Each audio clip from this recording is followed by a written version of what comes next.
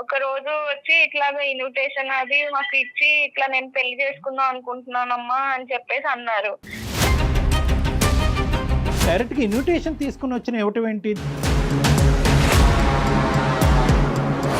ఆడదైతే కనుక ఏమో నీకు ఇప్పుడు అంత అవసరమా, నీకు తోడు అవసరమా? తోడంటే కనుక చాలా చిన్న మాట, తోడు అవసరం అనరు మన సమాజం, ఇంకోటి అవసరమా అని అంటారు. అది నేను మాట్లాడను. పెళ్ళైన కొన్ని రోజుల నుంచే నాకు టార్చర్ మొదలు చేశారు మేడం. మీ మమ్మీ అలా ఎలా చేసుకుంటది.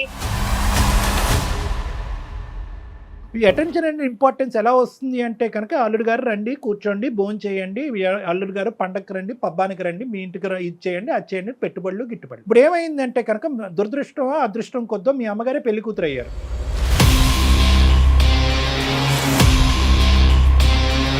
కంటి బిడ్డని తల్లిపాలు లేకుండా ఎలా అండి చేస్తాము నెల రోజులు బట్టి? తోడు ఉండాలంటే ఒక దగ్గర ఉంటారు, వాళ్ళు కలిసి ఉంటారు, వాళ్ళు ఒక ఇంట్లో ఉంటారు, గుట్టు చప్పుడు కాకుండా ఉంటారు. కానీ సార్ ప్రీ వెడ్డింగ్ షూట్ ఎవరు చేసుకుంటారు సార్? ఏ ఏజ్ లో చేసుకుంటారు సార్? మీరు చెప్పండి, మీరు నాకు న్యాయంగా.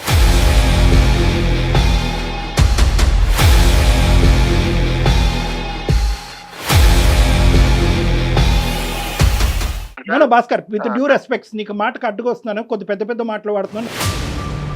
అందరితో పాటు కూర్చొని పప్పన్నం తింటాను, కానీ ప్రీ వెడ్డింగ్ షూట్ మాత్రం చేయొద్దు, తర్వాత శోభనం కూడా చేసుకోకూడదు అని చెప్పారా? ఆ కండిషన్ రాసిచ్చారా? మేడం హనీమూన్ కి వెళ్తున్నారు మేడం, హనీమూన్ కి వెళ్ళారు వాళ్ళు, మేము కూడా వెళ్ళలేదు మేడం హనీమూన్ కి. భర్త పిల్లలు అవసరం లేదా నీకు? భర్త పిల్లలు అవసరం లేదా నీకు? మీ అమ్మే ముఖ్యమైతే మరి ఆడికే వెళ్ళు. మరి నువ్వు మధ్యలో మళ్ళీ ఎందుకు ఫోన్ చేపిస్తున్నావు? మళ్ళీ ఎందుకు వస్తా అంటున్నావు? వెనక్కి వెళ్ళి హనీమూన్ డేస్ వెనక్కి తీసేయలేం, వెనక్కి వెళ్ళి ప్రీ వెడ్డింగ్ షూట్ తెగ్గొట్టేయలేం, పెళ్ళిని తెగ్గొట్టలేం. వాళ్ళిద్దరూ హ్యాపీగా ఉన్నారు, ఇప్పటికైనా ఆవిడ్ని బతకనిద్దాం, మనం ఆ స్వీట్ మెమరీస్లో ఆవిడ్ని బతకనిద్దాం.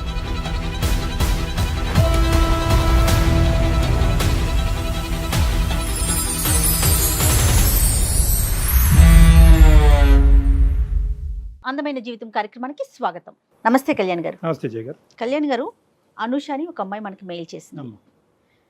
ఇంతవరకు మన అందమైన జీవితం కార్యక్రమంలో ఇలాంటి మెయిల్ని నేను చూడలేదండి. నేను రివీల్ చేయటం కన్నా అసలు అనుష తను రెడీగా ఉంది మాట్లాడటానికి. ఫోన్లో కాల్ చేసేస్తానండి. తప్పకుండా. హలో అనుష, నమస్తే అండి, నేను జయానండి, అందమైన జీవితం ప్రోగ్రామ్ నుంచి మాట్లాడుతున్నాను. మేడం నమస్తే మేడం. నేను ఈ కాల్ కోసమే ఎదురు చూస్తున్నాను మేడం. ఎప్పటి నుంచో అసలు చేస్తారని అనుకోలేదు మేడం. డెఫినెట్గా ఖచ్చితంగా మాకు వచ్చే ప్రతి మెయిల్కి స్పందిస్తాము. కాకపోతే ముందు వెనుక ఆ ప్రయారిటీని ప్రకారం మాట్లాడుతూ ఉంటాము. రైట్, ఇంకా లేట్ చేయొద్దుమా. నాతో పాటు డాక్టర్ కళ్యాణ్ చక్రవర్తి గారు ఉన్నారు. ఎస్, మాట్లాడున్నాను. నమస్తే అమ్మా. నమస్తే సార్. ఎవరిది సమస్య?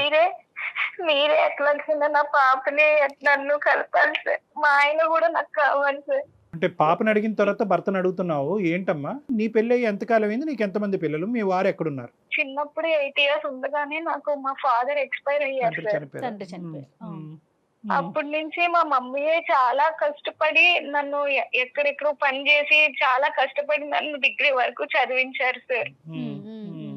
మమ్మీ ఎంతో కష్టపడింది. ఈ రోజుల్లో ఒక అమ్మాయిని పెంచాలంటే ఎంత కష్టపడాలి సార్. ఒక అమ్మాయినమ్మా, ఇంకెవరు లేరు? వేరే పిల్లలు ఎవరు లేరు? నువ్వు ఒక్కదానివే అమ్మకి?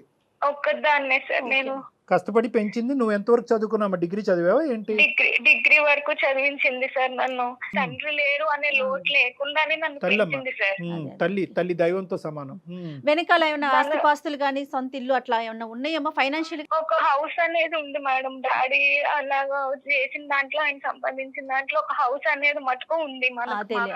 అయితే మా ఫాదర్ చనిపోయాక తను వేరే పెళ్లి కూడా చేసుకోలేదు మేడం.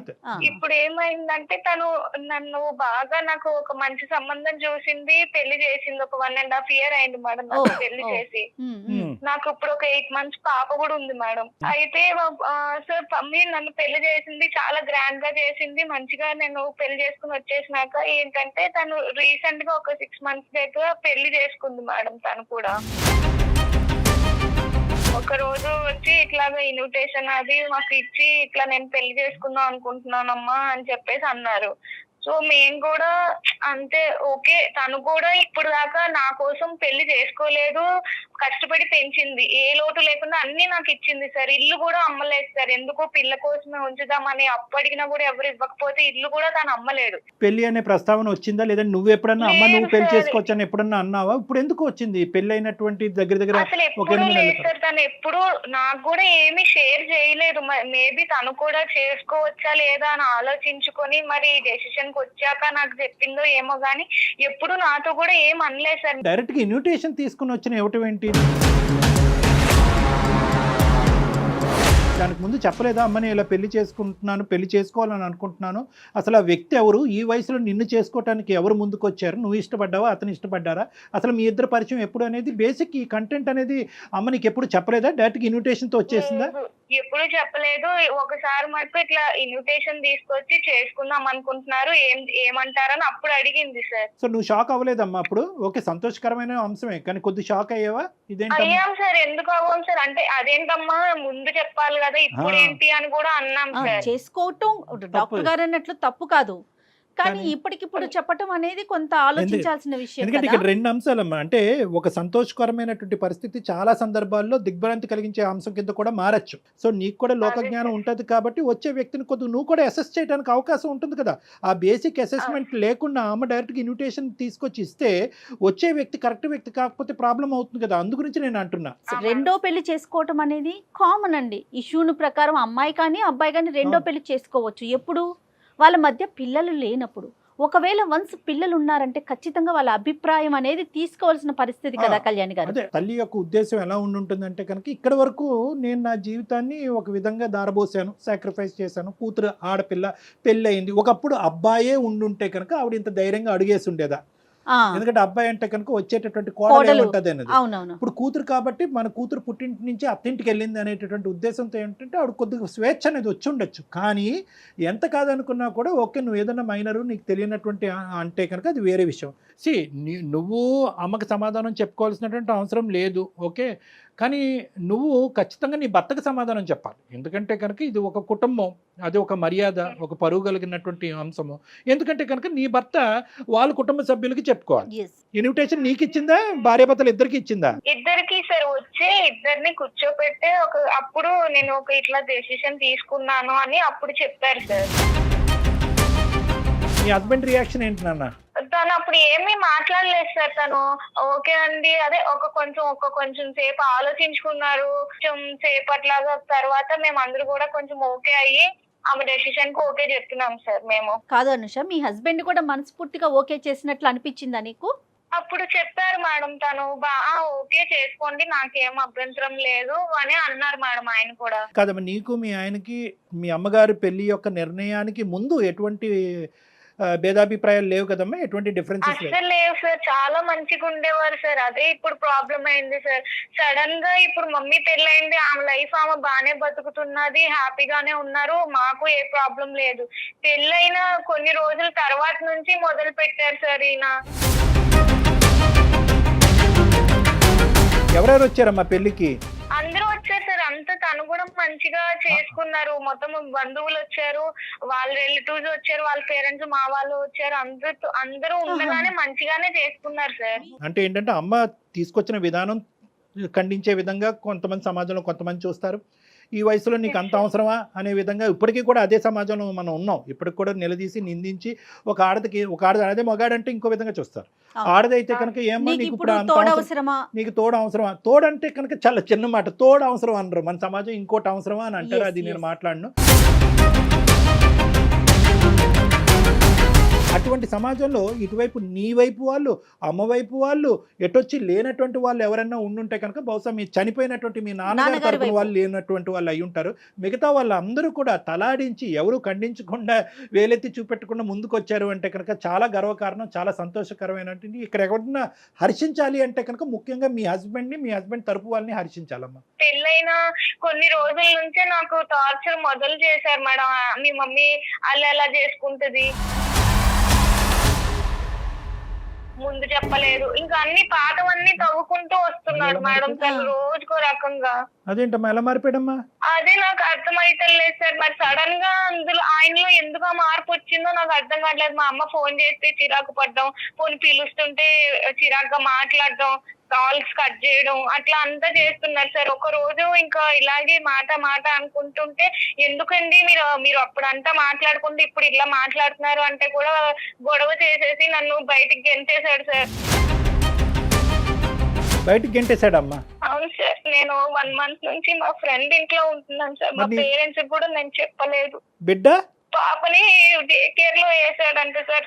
సరే 2-3 రోజుల్లో మళ్ళీ పిలుస్తారులే, కోపంలో ఉన్నారు కదా అని నేను అనుకున్నాను సార్. చంటి బిడ్డని అతను సరే డే కేర్ లో పెడతాడు, ఎక్కడ పెడతాడు కాదు, తల్లిని బిడ్డని దూరం చేయవలసిన అవసరం ఏముంది? అంత కర్కోటకమైన మనస్తత్వం కేవలం మీ అమ్మగారి పెళ్ళే దీనికి కారణమా ఇంకేమైనా ఉందా? అదొక్కటే సార్. అసలు ఏ ప్రాబ్లము లేదు, అంతా మంచిగా ఉండే వాళ్ళం. ఇప్పుడు నా బిడ్డ మీ మమ్మీ ఇట్లా పెళ్లి చేసుకుంది, ఈ వాతావరణంలో పెరిగితే నా బిడ్డ ఏమైపోవాలి, తను ఎట్లా పెరుగుతుంది, ఏదేదో మాట్లాడుతున్నాడు సార్ నన్ను. మీ అమ్మగారు పెళ్లి కూతురు అయ్యేటప్పటికి ఎంత కాదనుకున్నా కూడా, ఎంత ఇక్కడ అక్కడ బ్యాలెన్స్ చేయాలని అనుకున్నా కూడా, ఆవిడ ఇంకో ఇంటి కోడలు అయ్యేటప్పటికి ఆవిడకి వేరే ఇంపార్టెన్స్ పెరిగింది. అక్కడ ఆ భర్తను చూసుకోవాలి, కొత్తగా వచ్చేటటువంటి భర్తను చూసుకోవాలి, వచ్చేటటువంటి ఆ కుటుంబానికి మర్యాదలు చేసుకోవాలి. సో బహుశా ఈ బ్యాలెన్స్ చేసుకోవటంలో ఎక్కడైనా అల్లుడు గారు అనే ఈ స్థానాన్ని కొద్దిగా నెగ్లెక్ట్ జరిగిందా, ఇతని ఇంపార్టెన్స్ తగ్గిందా? ఎందుకంటే కనుక ఇతని వెనకొకటి ముందొకటి వేసే వేషధారణ ఇతనికి ఉంది అనేటటువంటిది నీ మాటలో చెప్పలేదు. ముందు నుంచి మేము బాగానే ఉన్నాం. ఎక్కడో చోట అతను నెగ్లెక్ట్ చేయబడ్డాడా, హర్ట్ అయ్యాడా, అతని మనసు గాయపడిందా? ఎంత గాయపడినా కూడా చంటి బిడ్డను దగ్గర పెట్టుకుని తల్లిని మెడపట్టుకుని బయటకు కంటడం అనేది అది మూర్ఖత్వం. మీ అత్తగారు మామగారితో ఏమన్నా మాట్లాడి ఇక్కడ జరిగే పరిస్థితిని వివరించావా? లేదు సార్. అసలు వాళ్ళకు కూడా ఏం చెప్పలేదు సార్. మేము ఎవరికి చెప్పలేదు. అమ్మ వాళ్ళకి చెప్తే తనే ఏదో ఇప్పుడిప్పుడే తను ఏదో పెళ్లి చేసుకుని ఇన్నాళ్ళు కష్టపడి పెళ్లి చేసుకుని హ్యాపీగా ఉంది, తనని ఎందుకు డిస్టర్బ్ చేయడం అనేది ఏమీ చెప్పలేదు. నువ్వు చంటి బిడ్డని అక్కడ వదిలేసి ఇంట్లోంచి బయటకు అడుగు పెడితే కనుక 4 రోజులు అయ్యిందని అంటున్నావు. నువ్వు ఎక్కడున్నావు అనేది మీ అమ్మకి తెలియదా? నీ బాధను మీ అమ్మకి చెప్పుకోవా? చెప్పాలి కదా సార్. నేను ఎందుకు అమ్మని డిస్టర్బ్ చేయడము అని చెప్పి నేను చెప్పలేదు. అలా కదమ్మా, అమ్మ అడుగుతుంది కదా, బిడ్డ ఏడు పినిపించట్లేదు, అల్లుడు గారు ఎక్కడున్నారు, అల్లుడు గారితో మాట్లాడాలి, వీడియో కాల్ చేస్తే బిడ్డను చూస్తాను అని అమ్మ అంటది కదా. మరి ఇవన్నీ ఎలా దాచిపెట్టావు ఈ 4 రోజులు?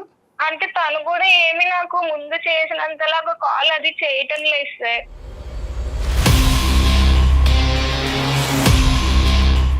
బిడ్డ పాలు తాగుతుందమ్మా? తాగుతారు సార్. నేను డే కేర్ కి వెళ్ళినా కూడా నా ముందే ఏడుస్తూ ఉన్నా కూడా వాళ్ళు నన్ను ఎలా చేయలేదు సార్, ఈ డే కేర్ వాళ్ళు కూడాను.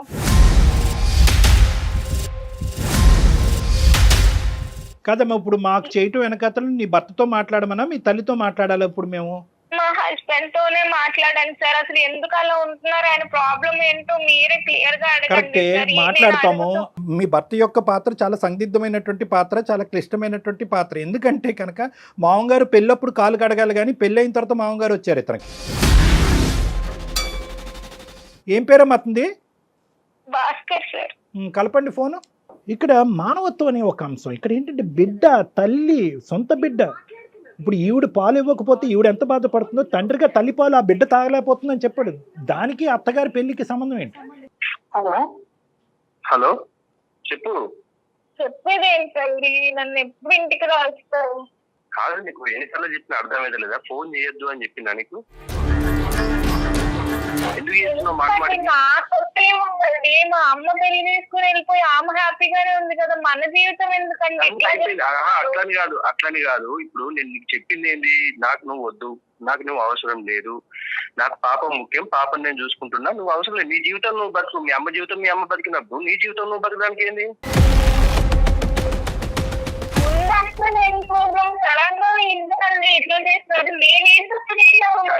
సడన్ గా కాదు, సడన్ గా చేసింది మీరు సడన్ గా చేసుకొని మీరు కట్టలు పడి మీరు ఇది చేసుకుంటే దానికి నేను ఎట్లా బాధ్యత అవుతా? నీ జీవితం ఏమి మాట్లాడలేదు కదండి. సడన్ గా ఇప్పుడు నన్ను మాత్రం ఎందుకు ఇట్లా ముందు అట్లా లేదు కదా. ముందు ఎట్లుండేది? ముందు బాగానే ఉన్నాం కదా, మనకేం ప్రాబ్లమ్స్ లేవు కదా. ముందు ఎంత మంచిగా ఉన్నాం మనం. ఏమైనా ప్రాబ్లం ఉందా? పాప పుట్టింది, పాపను మంచిగా చూసుకుంటున్నాం, మంచిగానే ఉన్నాం కదా. మధ్యలో మీ అమ్మ చేసిన దానికే ఇంత గొడవ అవుతుంది కదా.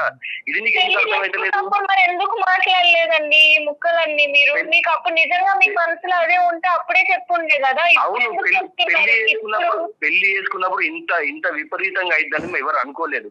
ఏదో ఆమె ఉన్నది చేసుకుంటారు. అసలు ఈ ఏజ్ లో పెళ్లి చేసుకున్నట్టు నాకు వద్దనే అనుకున్నా కానీ ఏదో ఆమె ఏదో తోడు కోసం చేసుకుంటుంది ఉంటుంది కావచ్చు అనుకుంది. కానీ ఇంత ఘోరంగా ఇది పబ్లిక్ లో ఇజ్జత్ తీయడం ఏంది నాది? మీ పరువు ఏం తీసిందండి? పెళ్లి ముందు పెళ్లి చేసుకున్నప్పుడు అటెండ్ అయ్యారు, అంత మంచిగా మాట్లాడారు. మరి సడన్ గా ఇప్పుడు మీకు ఇవన్నీ గుర్తొచ్చేసాయండి. మా పాప నుంచి నన్ను దూరం చేస్తారా మీరు? భాస్కర్ గారు, నా పేరు డాక్టర్ కళ్యాణ్ చక్రవర్తి. నేను మానసిక వైద్య నిపుణుడిని, సైకియాట్రిస్ట్. అందమైన జీవితం అనే కార్యక్రమం సుమన్ టీవీ నుంచి మాట్లాడుతున్నాం అండి. నమస్కారం. అంటే ఆవిడ చాలా ఒక బాగా దుఃఖమైనటువంటి పరిస్థితిలో మాకు ఫోన్ చేసింది. బిడ్డ లేనటువంటిది, కుటుంబం లేని. అందులో ఏంటంటే చెప్పుకోవడానికి యూజువల్గా ఇటువంటి పరిస్థితులు వస్తే కనుక ఆడపిల్లలు తల్లింటికి వెళ్తారు. బిడ్డను కూడా మీరు లాగేసుకుని గుంజేసుకుని పాలు ఇచ్చేటటువంటి తల్లిని కూడా దూరం పెట్టి చెప్పలే. అది మాకేంటంటే ఆ పరిణామం, ఆ కాన్సిక్వెన్స్ ఒకటే అతి భయంకరంగా కనిపించేటప్పటికి ఇదేంటమ్మా దేవుడు లాంటి మనిషి రాక్షసుడి కింద మారిపోయాడని అంటున్నావు, ఏంటో ఒకసారి ఫోన్ కలపమంటే భాస్కర్ కలిపింది ఫోను. సో మీరు చెప్పండి సార్, ఏం జరిగింది? ఈ పరిస్థితులు రావడానికి కారణం వాళ్ళ అమ్మే సార్. ఇది ఇంత ఘోరంగా జరగడానికి కారణం వాళ్ళ అమ్మే. నేను ఫస్ట్ నుంచి చెప్పుకుంటూనే వస్తున్నా. ఆమె మేము మంచిగా ఉండేవాళ్ళం సార్, మా సంసారం బాగుండేది. అసలు మేము ఎవరికి ఏం చేసేవాళ్ళం కాదు, మంచిగా ఉండేవాళ్ళం సార్.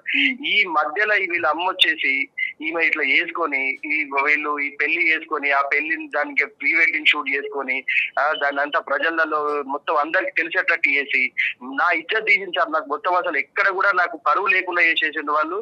నేను ఆఫీస్కి వెళ్తే ఆఫీస్ లో కూడా వాళ్ళ నన్ను అదే అడుగుడు, మీ అత్త ఈ ఏజ్ లో పెళ్లి చేసుకోవడమేంద్రా, మీ మామ కొత్త మామ ఎట్లుండాలి, ఇట్లా అడుగుతుంటే నాకు ఎంత బాధ ఉంటుంది సార్. మీ దగ్గరకు వచ్చింది, ఇది కూడా పెద్ద ఇప్పుడు ఇష్యూ సార్. ఇప్పుడు మీ దగ్గరకు వచ్చి టీవీలలో పెట్టి అక్కడ పెట్టి ఇక్కడ పెట్టి. భాస్కర్ గారు, అందమైన జీవితం జయాన్ని మాట్లాడుతున్నానండి. మీరు ఎక్కడా కూడా కనిపించరు, మీ వివరాలు ఎక్కడా చూపించమండి. జస్ట్ ఫోన్ కాల్ లో మాత్రమే మీరు ఉంటారు. తనకి ఏం చెయ్యాలో తెలియక పాలు మాకు కాల్ చేసింది. నేను చాలా మానసిక క్షోభ అనుభవిస్తున్నాను. అయ్యో, మాకు అర్థమవుతుందండి, బాధ అర్థమవుతుంది. ఏమండి భాస్కర్ గారు, ఒకటే భాస్కర్ గారు, సమస్య లేదు. 2.5 సంవత్సరాలు బట్టి 1 సైడెడ్ ఎక్కడా కూడా మేము వినలేదు. రాసిస్తా కావాలంటే ఎప్పుడు కూడా 2 సైడెడ్, కావాలంటే 3 సైడెడ్, లేదంటే 4 సైడెడ్, కానీ ఎప్పుడు 1 సైడెడ్ కాదు సార్. న్యాయ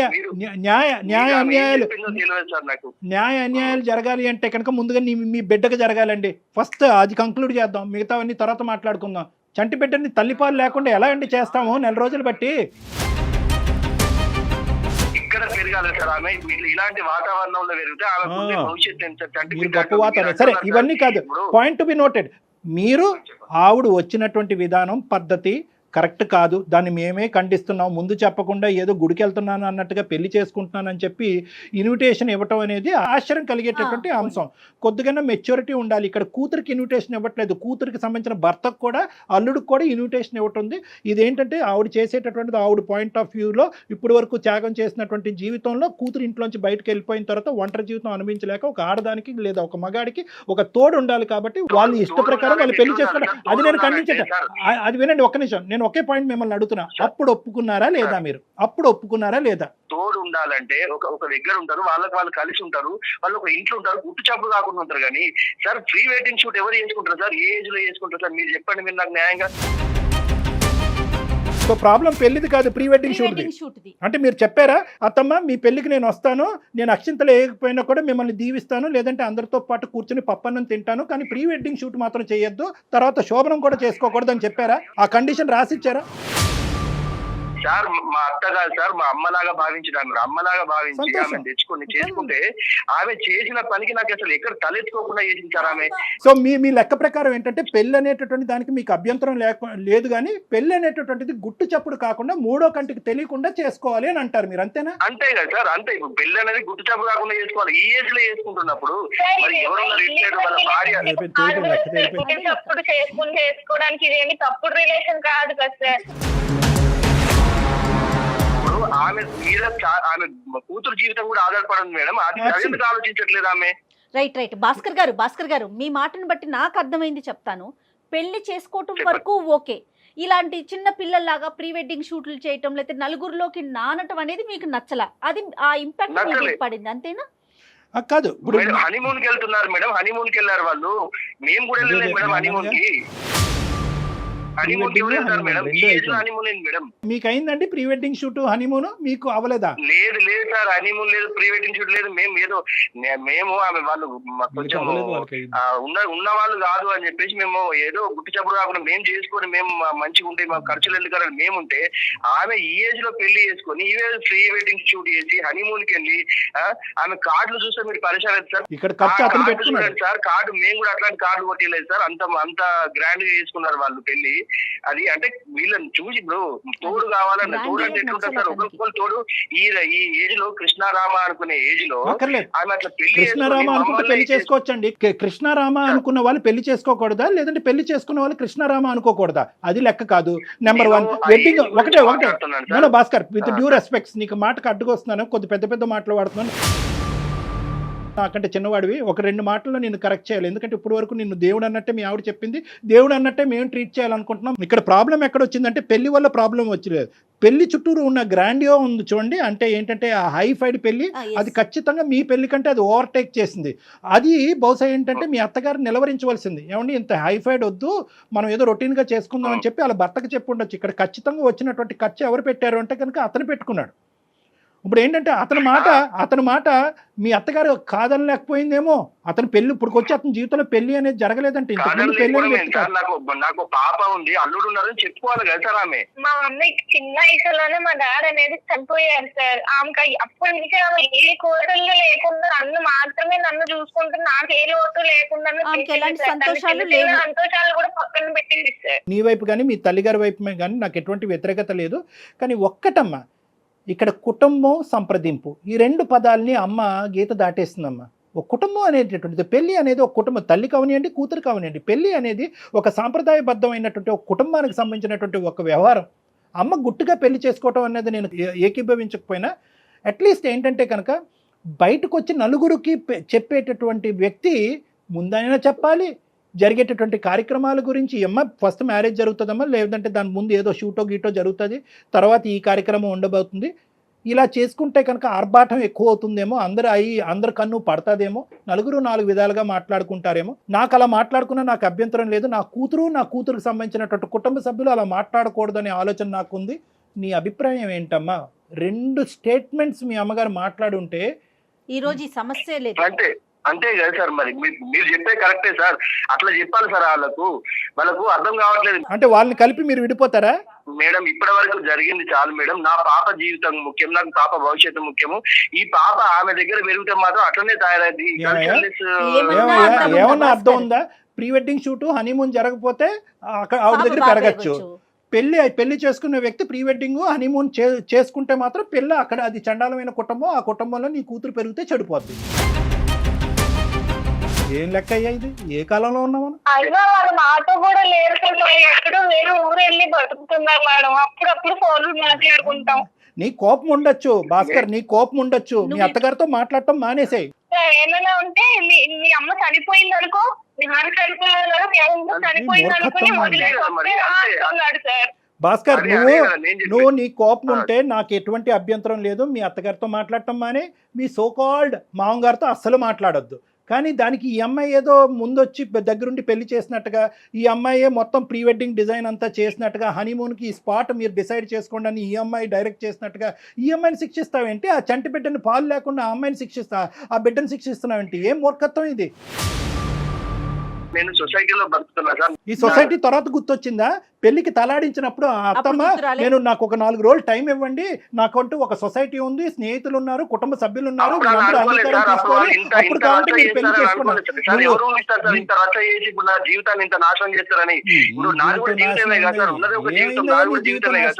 నువ్వు ఇన్విటేషన్ తీసుకున్నావా లేదా? పెళ్లికి వెళ్ళావా లేదా, పెళ్లిలో భోజనం చేసావా లేదా, వచ్చేటటువంటి వాళ్ళందరినీ రిసీవ్ చేసుకున్నావా లేదా?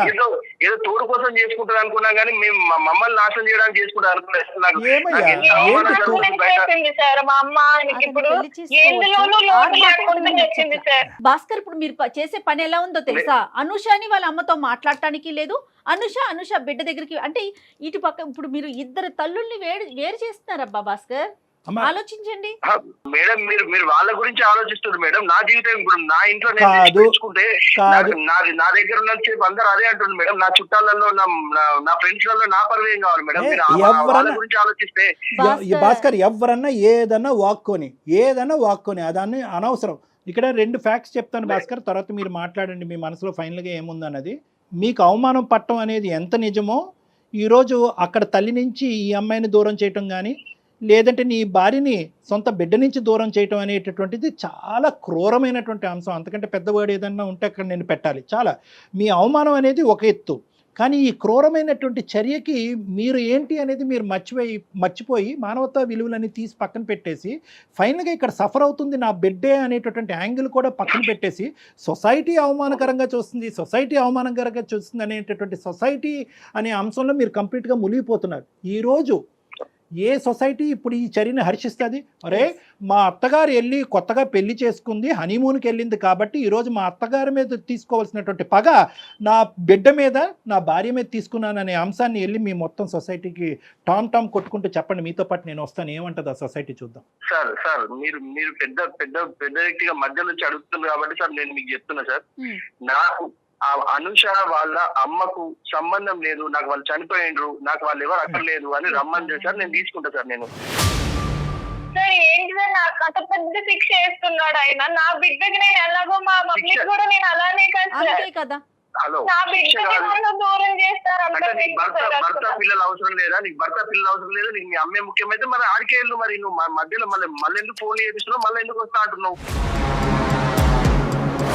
ఏదైనా సమస్య వచ్చి నువ్వు మీ అమ్మతో మాట్లాడొద్దు, నేను కావాలో మీ అమ్మ కావాలో తేల్చుకుంటే నువ్వేం చేస్తావు భాస్కర్? ఆ సమస్య రాదండి. మా అమ్మ తప్పు చేసింది కాబట్టి అంటున్నా సార్. నేను తప్పు చేయకపోతే సరే ఓకే. చూడండి భాస్కర్, ఒకటి నేను చెప్తాను, మళ్ళీ ఒక పాయింట్ చెప్తాను. నేను మిమ్మల్తో గాంభీరంగా నిన్ను గర్జిస్తే కనుక అది తర్వాత నువ్వు అవమానకరంగా తీసుకుంటావు. ఆ ప్రభావం నీ కూతురు మీద, నీ భార్య మీద పడుతుంది. కాబట్టి నాకు కడుపులో ఎంత కాలినా కూడా నీతో నేను ఇంకా స్వీట్గానే మాట్లాడుతున్నాను. ఎందుకంటే ఒక ఆడపిల్లని ఒంటి చేతి మీద ఈ ఇంట్లో ఆ ఇంట్లో పని చేసుకుంటూ బయట ప్రపంచం నుంచి యొక్క ప్రభావం పడకుండా, ఈ అమ్మాయి పక్కదో పడకుండా చదివిస్తూ ఎంతో గొప్పగా పెంచిందండి ఈ అమ్మాయిని. పెళ్లి చేసుకోవాలనుకుంటే ఎంత అప్పుడే అనుకోవచ్చు కదా, ఆవిడ తోడు కావాలని చెప్పి. ఒక్క మాట మనలో మనం మాట్లాడుకుందాం. మీ అత్తగారు అన్నట్టుగా చూడకండి, ఒక స్త్రీమూర్తిగా చూడండి. ఒక స్త్రీమూర్తి చేసేటటువంటి త్యాగాన్ని మనం ఎందుకు గుర్తించము? అదే ఒక మగాడు భార్య చనిపోయినటువంటి 6 నెలలు సంవత్సరం తిరగక ముందే పెళ్లి చేసుకుంటే కనుక అవునండి తోడు కావాలి కదండి, వంట చేయడానికి ఒక ఆడది కావాలి కదండి, బట్టలు ఉతకడానికి ఒక స్త్రీ కావాలి కదండి అని అంటారు. అదే ఒక ఆడది ఒక పెళ్ళి అయిన తర్వాత పెళ్లి చేసుకుంటే కనుక ఎందుకు చేసుకుంటుంది? అంత ఆర్భాటం అవసరమా? గుట్టు చప్పుడు కాకుండా చేసుకోవాలి కానీ అంత ఆర్భాటం చేయవలసిన అవసరం ఏం చెప్పి ఒక పక్క నుంచి తల ఊపుతూనే ఉన్నాం పెళ్లికి, ఇంకో పక్క నుంచి ఖండిస్తూనే ఉన్నాం. దాని ప్రతిఫలం, దానికి పనిష్మెంట్ ఎవరంటే కనుక ఆ అమ్మాయి కన్నటువంటి బిడ్డ. ఏ బిడ్డనైతే కనుక అల్లారు ముద్దుగా ఇప్పటి వరకు కాపాడుకుంటూ వచ్చిందో, ఈరోజు తన పెళ్లి వల్ల ఈ బిడ్డ బయటకు వెళ్ళి ఉంటుందంటే కనుక గుండాయి చచ్చిపోద్దండి ఆ తల్లి. ఇంకా ఆవిడ తెలియదు కాబట్టి ఈ మాత్రం అన్నా మాట్లాడుకుంటున్నాం. దయచేసి నేను ఒకటే చెప్తున్నాను భాస్కర్, ఒక్కసారి సొసైటీ, అత్తగారు, మా పెళ్ళి అయిన తర్వాత అత్తగారి పెళ్ళి, ఈ టెక్నికల్ వర్డ్స్, ఈ క్రొనాలజీ అనేది తీసి పక్కన పెట్టేసేయండి. ఇలాగే అవ్వాలి అని చెప్పి రాముడు రాయలేదు, శ్రీకృష్ణుడు రాయలేదు, అల్లా రాయలేదు, జీసస్ క్రైస్టు రాయలేదు, ఎవరూ రాయలేదు. ఇది మనకు సృష్టించుకున్నటువంటి ఒక విచిత్రమైన విడ్డూరమైనటువంటి సాంప్రదాయం. మీలో ఒక మానవత్వం ఉంది, ఒక మంచితనం ఉంది, అది బయటికి తీసుకురావాలి. నేను ఒకటే చెప్తున్నాను, ఈరోజు మీ అత్తగారితో కావాలంటే ఎటువంటి పరిస్థితుల్లో అంత ఆర్భాటంగా ఆవిడ పెళ్లి చేసుకుందని కనుక్కోమంటే అది నా బాధ్యతగా తీసుకుని నేను ఆవిడతో ఫోన్లో మాట్లాడతా. ఆవిడతో సున్నితంగా మీ ఇద్దరి మధ్యన జరిగినటువంటి గొడవను ఆవిడకి వివరిస్తా.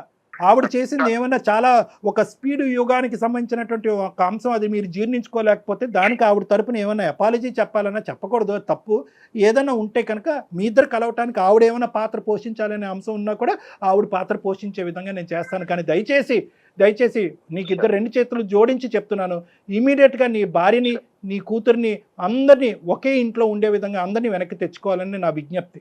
ఆ బిడ్డని ఇంకే ఇబ్బంది పెట్టద్దు, ఆ చంటి బిడ్డని. నాకు ఇక్కడ అంటే ఈ సమాజంలో ఈ టైప్ లో ఇలా చేయడం అనేది తప్పు అన్నది అనిపించింది సార్.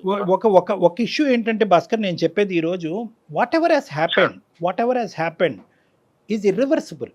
ఈరోజు వెనక్కి వెళ్ళి హనీమూన్ డేస్ వెనక్కి తీసేయలేం, వెనక్కి వెళ్ళి ప్రీ వెడ్డింగ్ షూట్ తెగ్గొట్టేయలేం, పెళ్లిని తెగ్గొట్టలేం. వాళ్ళిద్దరూ హ్యాపీగా ఉన్నారు, ఇప్పటికైనా ఆవిడని బతకనిద్దాం, మనం ఆ స్వీట్ మెమరీస్ లో ఆవిడని బతకనిద్దాం. మీరు చెప్తున్నారు కాబట్టి సార్, మీరు ఆమెను పిలిపియండి, మాట్లాడండి.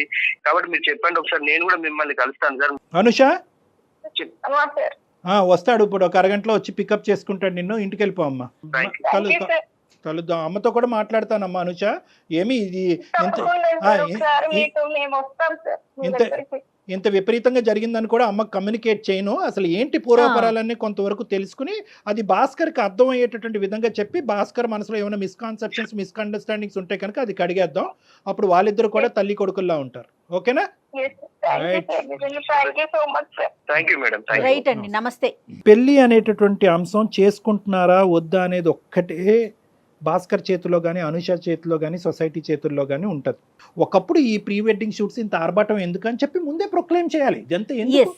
ఇన్విటేషన్ ఇచ్చినప్పుడే అమ్మ ఇది చాలా సీక్రెట్గా ఏదైనా గుడిలో చేసుకుందాం, ఒక 10 మంది అటు ఇటుని పిలుద్దాం, పప్పన్నం పెడదాం, చాలమ్మా దీని పెద్ద ఆర్భాటం చేసి చెప్పుంటే సరిపోయి ఉండేది. ఎనీహౌ ఒకసారి వాళ్ళు వస్తారండి, భాస్కర్ వస్తాడు డెఫినెట్ గా, మీరు మాట్లాడండి. ఇంకేం ఉండదు మేడం, ఇంకేం ప్రాబ్లం ఉండదు. yes they are very happy, they will be very happy together. ఎందుకంటే భాస్కర్ లో కూడా ఎందుకో తెలియనటువంటి ఒక నెగిటివ్ యాంగిల్ వచ్చింది, కానీ వాస్తవానికి 99.9% ఆ అబ్బాయిది పాజిటివ్ యాంగిలే. ఎక్కడో ఇన్ఫ్లుయెన్స్ అయ్యాడు. ఆ ఇన్ఫ్లుయెన్స్ ఎఫెక్ట్, ఆ ఇన్ఫ్లుయెన్స్ మనం ఈ కౌన్సిలింగ్ ద్వారా కడిగేసాము. ఇంకొద్దిగా తల్లి గారి ద్వారా మాట్లాడిపించి, బాబు భాస్కరు ఇది పరిస్థితి అని ఆవిడ చేత ఒక 2 మాటలు చెప్పి ఉంటే కనుక ఇంత గొప్ప ఫ్యామిలీ ఇంకెక్కడ ఉండదు. సూపర్ అండి. రైట్ కళ్యాణ్ జీ, నమస్తే.